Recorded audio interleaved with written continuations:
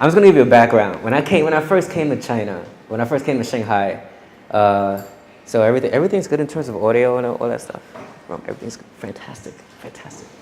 Boom, right. So when I first came here, I was like, I don't know, no one in this crowd really knew me for yeah. I was like this really loud, young, vulgar, right? I was quite vulgar and very, very young and like say whatever I want, F this, F that, you know.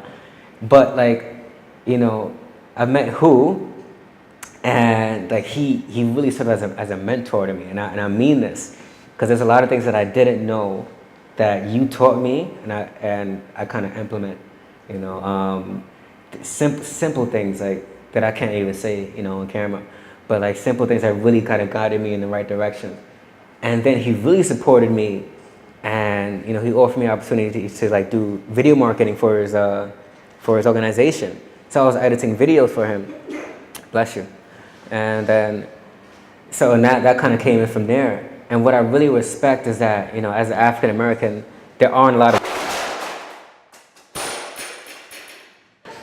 Come on, I'm excited. All right, cool. Yeah, it's all good. It's all good. I mean, you just put that to the side. It's only 130 RMB. So like, but what I really respected was like he just reaches out, Aiden, you know, who like he just reaches out of nowhere and he helps you out. So my question is, can you just keep it? That's done. That's done.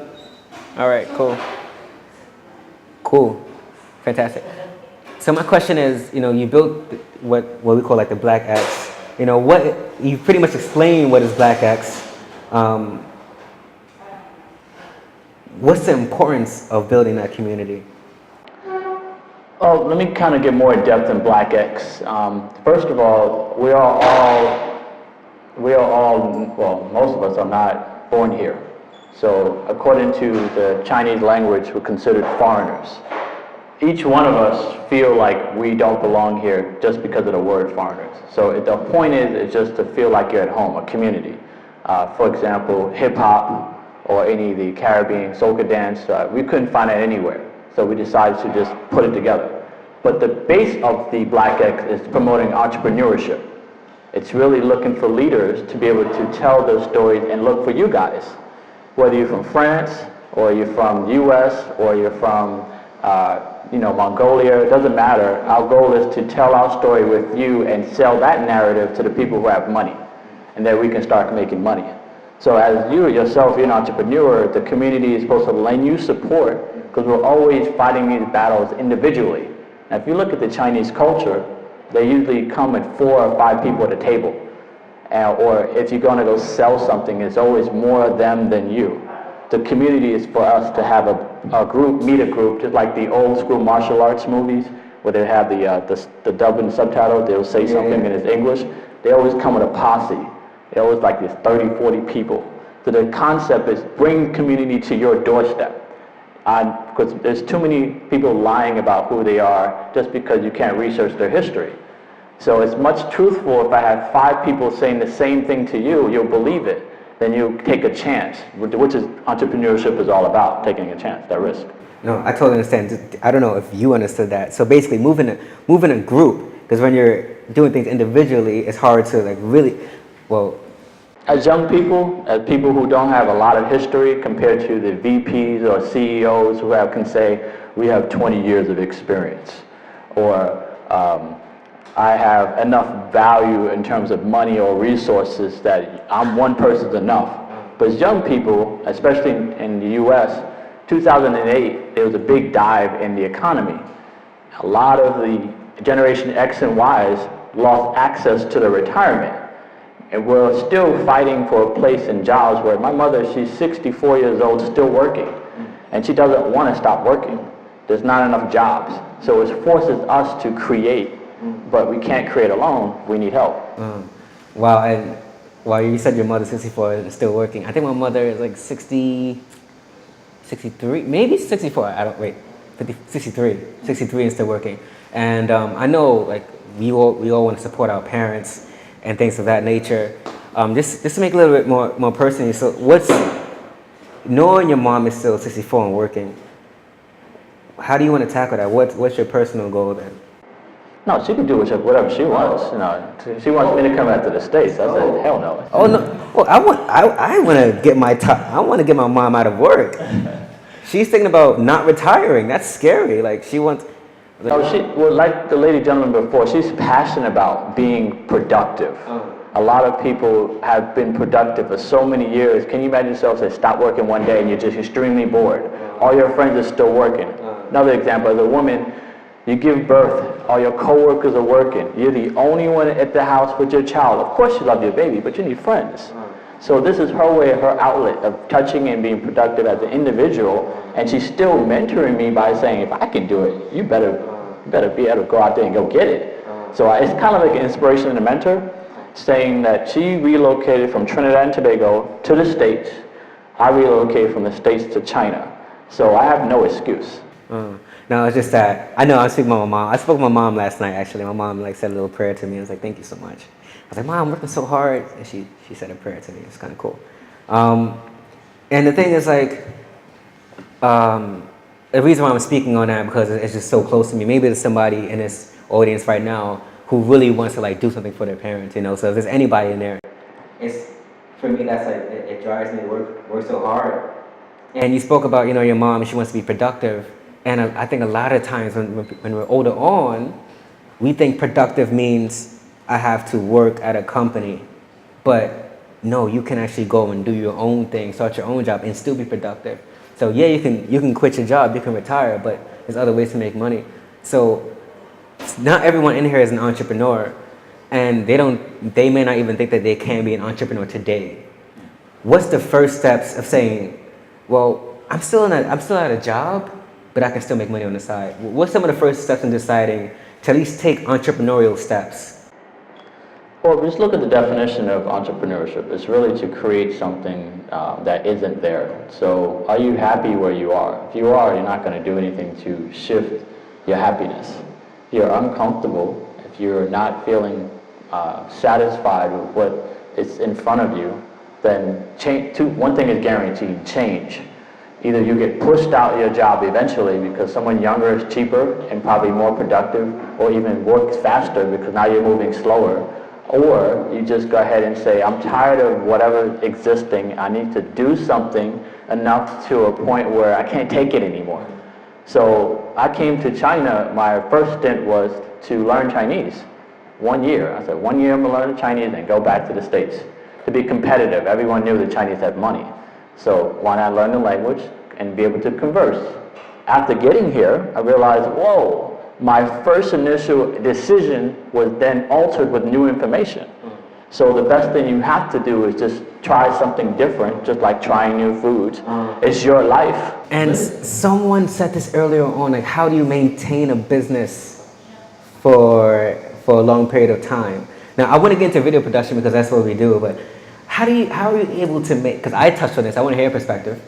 How are you able to maintain a brand or a business for long periods of time? Well, we got to be like a chameleon, because one thing most entrepreneurs do not pay attention to in this country is understanding the policy that this country is deciding on. For example, the Shanghai government made a policy of scooters. If you had a larger size scooter and it didn't fit the parameters, then you became illegal. Now you have a choice to make. You either throw it away, which that bike will go to a second-tier city and they're making money, or you drive illegally. So then I can either pay more money to get an actual motorcycle license plate. I said, you know what, I'm going to continue to drive that scooter, but I have to now make adjustments according to the new policy. You're not going to catch me.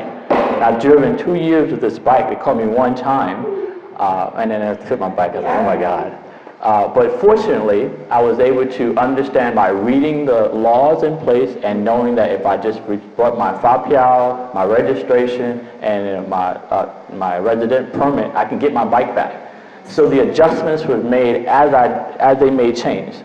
So you're saying the way to stay, to maintain a business is to know the legal parameters? Of course. Okay. Also your competition. OFO, those Mobikes, was the reason why they had this change. They scattered the streets with so many bikes. The competition of me now driving a scooter was increased. It impacted the government. Now they wanted more tax money that everyone else has to suffer. But it's not just suffering. It was a positive one end. The current speed of the city now improved because people can get from the metro to their homes a lot faster, as you were talking about from the desktop versus the WeChat. The same process, increasing the speed of Shanghai like New York City. But Shanghai is much faster, I must say that. So I want to get into one last topic because it really hits close to home. And I think a lot of people in here can really use like this advice. It's how to use video production. Now, Roman is the guy. He is doing everything right now. We're video documenting. There's 3 cameras, 2 mics. We're getting things. You know, we're chopping it up, but we're video documenting, right? I see a lot of people. They make videos, but they don't really know they don't know what to do with it because you know Yoku MayPi is not as impactful as like YouTube. So how have you been using video production? No, yeah, I'll leave it right there. How have you been using video production? Yeah. Okay, well, it depends on what world you're in, because I asked a very key question is, do you speak Chinese? Because most people, the Chinese people do not have access, unless they have a VPN, to YouTube. So it is the YouTube of China. Now, I can produce and send out a video to all my Chinese contacts, and they'll pull it up right away, and then it'll validate what I'm saying. Now, if I need to prove to you why you choosing me versus the competition, I'll send you a video, the conversation's done. Now, you have to decide how much you want to pay me. Most of the time, people are trying to decide, do I take a chance on you? Because there's so much competition. Video is straight to the point. Just let me know how much you've invested into the video. You believe in your dream. Second, what the message you're trying to say in the video, is it clear? Because that's how you're going to talk to me. And thirdly, can I take this tool and give it to someone else without having to say exactly the same word you told me? Now imagine that I'm sending you a message and I say, okay, everyone says the same message to the last person. By the time it gets over there, it's like saying, I'm Chinese and I speak French. But if I give you a video and it says I'm black and I speak Chinese and English, it'll get to the same message to the last person.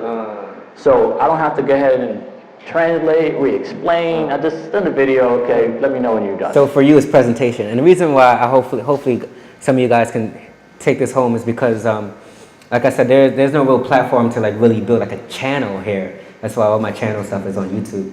But like in terms of using videos as a presentation, so what I did for you a couple months back was take all the video footage, chop it up into 1 minute, 2 minute videos and send them out. That was different. See, there's presentation when I'm trying to get a deal. Now, if I'm actually trying to get the word out, there's a narrative now.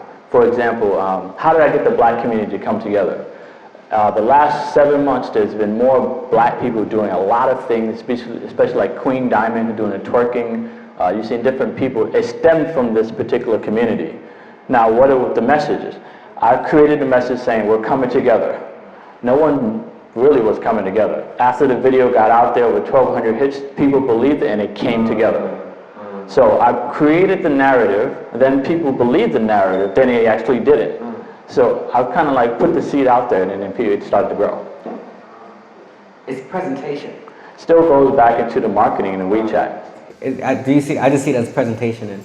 And so, because, all right, the reason why I did is because I know a lot of people, they try to use videos, but they don't know how to use it. So how many people in here have done some type of video production for maybe the event, for their business? How did you use video production? I was just part of a team that did it. I didn't do it. But I was part of a team that paid for it, so I didn't do it. And how did you use it? Basically, creating webinars. So for online teaching. So use it. Oh, it was a product. It was a product. Has anyone used it for? I saw some. Olivia, how have you been using? Olivia, how have you been using videos? I have a lot, but I have friends. They are making videos as a business, but they are specializing in game videos, so they are making lots of money from that. Yeah, it depends on what you're selling.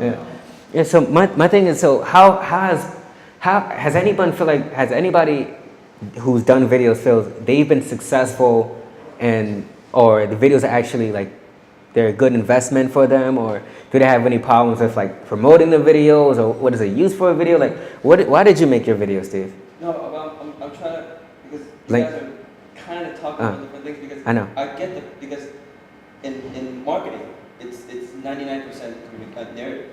Like when you create that video, it's to tell a story, because the human psyche is more drawn to episodic, sort of like if one thing relates to another thing and another thing relates to another thing, that's why they plant the seed to make something grow.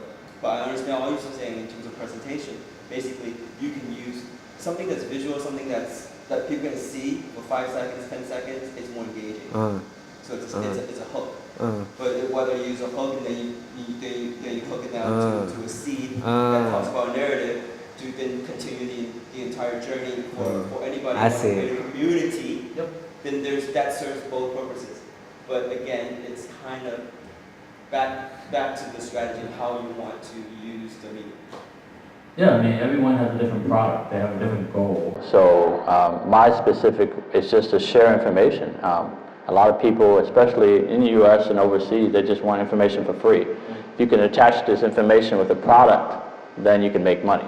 People actually who don't understand video don't realize that it's your resume before I start doing anything, and how much you've invested in your resume will reflect on how much money you'll get in return.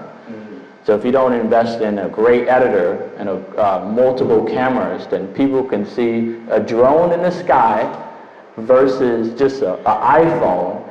The difference in investable money that'll come to you is large. So people go, oh, if you know a guy with a drone, because this drone actually costs over $10,000 or whatever type of drone you're using, depending on the type of camera you're using, or an iPhone, which is a 6,000 RMB, that's how much money you're gonna get.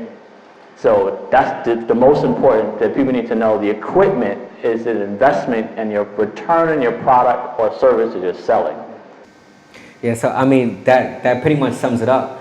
I use it mainly for presentation and resume, and you use it also to funnel people in creating a group. For this market, it's mainly just creating awareness.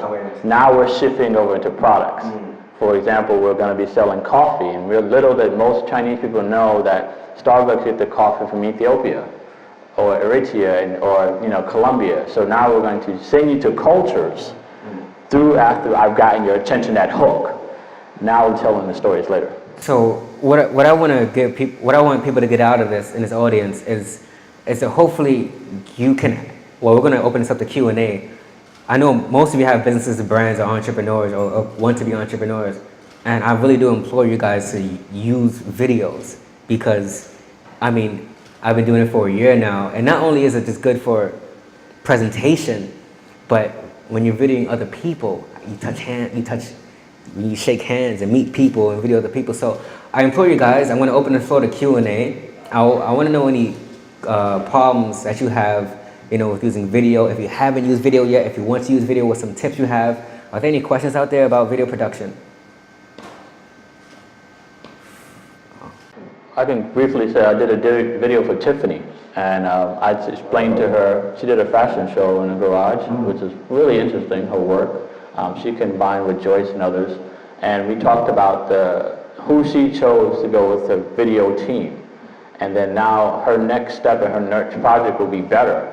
But that first baseline of video, one of her initial projects, was important for her to go ahead and say, I have something rather than nothing. So you meet people who are at their budget, And we do have a lot of event plans. So I don't know, is Martha in the back? Yeah, I think she still is in the back. So we do, yeah, but she's on WeChat. Anyway, so there's two event planners here. Hopefully, maybe at your next event, or if you have, you have two event planners. Hopefully you can, get some videographers in there to kind of see what you created, what you were able to do, and show the product. Because when it comes to like pitching clients, I send them a video.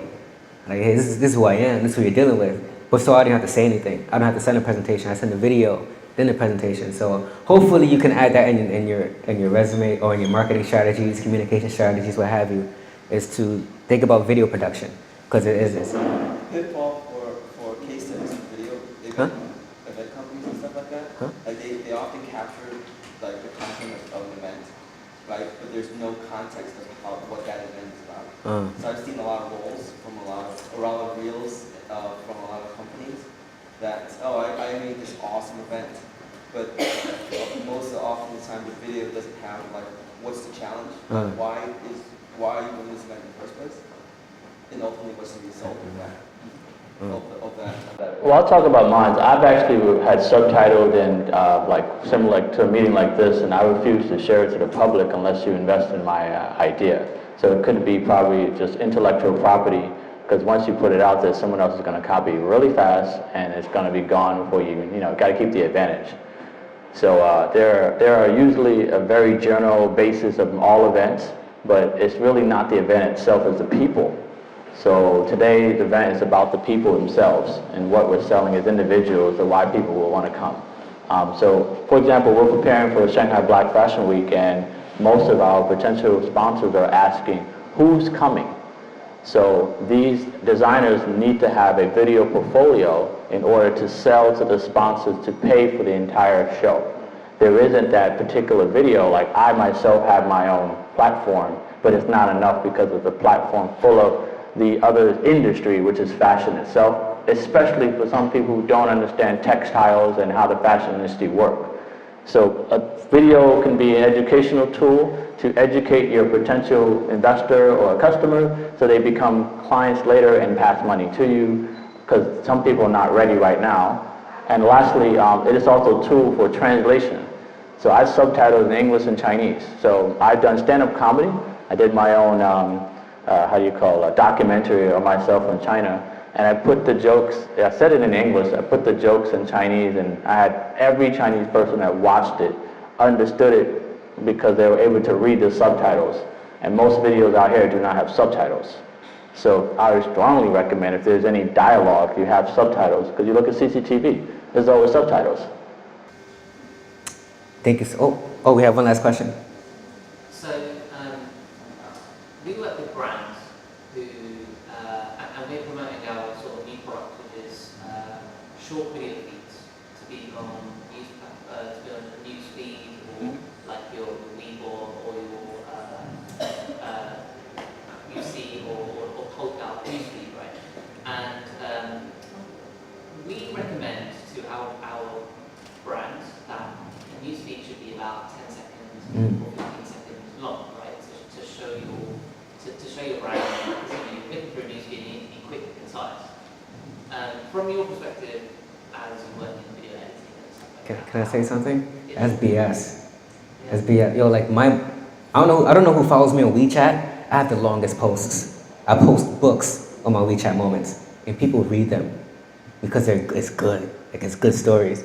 So I don't think it's not about the time. I think it's really about quality. Like, people will stop. And how many times have you been on something and you saw an ad and you watched 4 minutes and you didn't even care because it was a good ad, So I wouldn't fault too much about the times and things, because sometimes it's so short that you don't really get anything out of it. I would say it's more so about the content and how entertaining it is. So that's my perspective. Well, it depends on what you're selling. Some people just want attention. If I keep branding you with like 5-second videos for a week, and that's all you see it, you'll know my name. If despite the content, you'll just get tired of me. Because any publicity, good or bad, is publicity. The question is what type of clients do you want? That's where the content matters. Because the client who's interested, for example, women issues, they will hear a woman speaking, saying like, we need women rights, all the women will start to pay attention. If you say something about black, all of a sudden the black communities will start to say something. If you say something about, let's say, China versus Japan, you'll start to see people respond based on what they can connect with. So your content is important, and then where are you leading them to? Because if it's just, I'm leading to a black hole, then I'm going to stop following you. If I'm leading to something that adds value to my life that I've improved the next day, I'm going to keep coming back. Well, thank you so much. Appreciate it.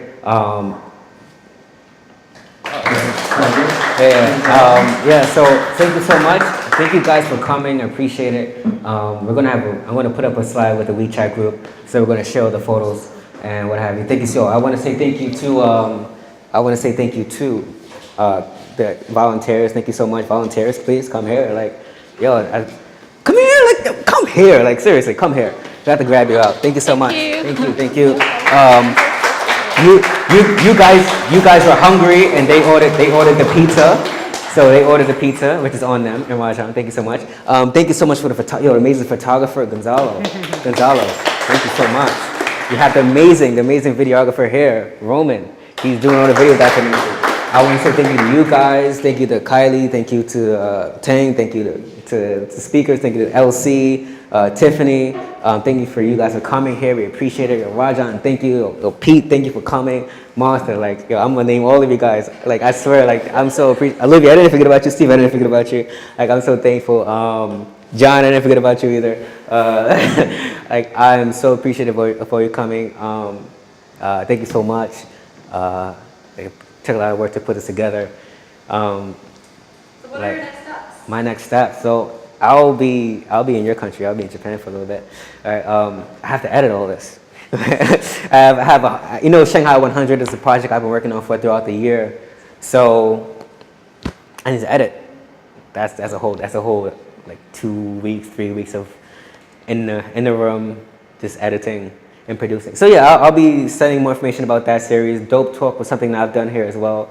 So I'm just in an editing and production series, getting all these videos out. You'll see these videos in about a couple of weeks as well. So I honestly want to say thank you guys for coming. Appreciate it. Much love. And do what you want.